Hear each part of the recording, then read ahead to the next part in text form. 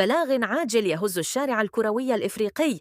الاتحاد السنغالي لكرة القدم يخرج عن صمته ويكشف رسميا ما وقع داخل اجتماع الكاف اليوم. تفاصيل مثيرة وقرارات منتظرة قد تغير مجرى الأحداث.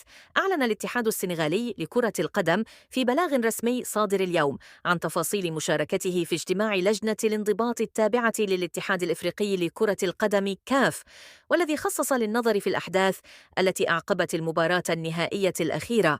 وأكد الاتحاد أن حضوره جاء بشكل رسمي وقانوني، ممثلا في كاتبه العام رافقته المستشار القانوني، حيث تم الاستماع إلى جميع الأطراف المعنية من طاقم تقني ولاعبين، قصد توضيح ملابسات ما وقع داخل أرضية الملعب وخارجها.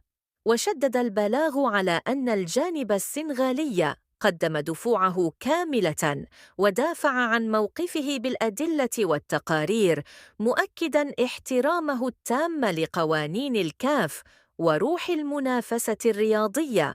كما أوضح الاتحاد أن لجنة الانضباط قررت حجز الملف للمداولة على أن يتم الإعلان عن القرار النهائي في غضون الساعات أو الأيام القليلة المقبلة، وهو ما يفتح الباب أمام جميع الاحتمالات سواء فيما يخص العقوبات أو حفظ الملف. إذن نحن أمام مرحلة حاسمة في هذا الملف الشائع، والجميع يترقب قرار الكاف الذي قد يكون له تأثير كبير على كرة القدم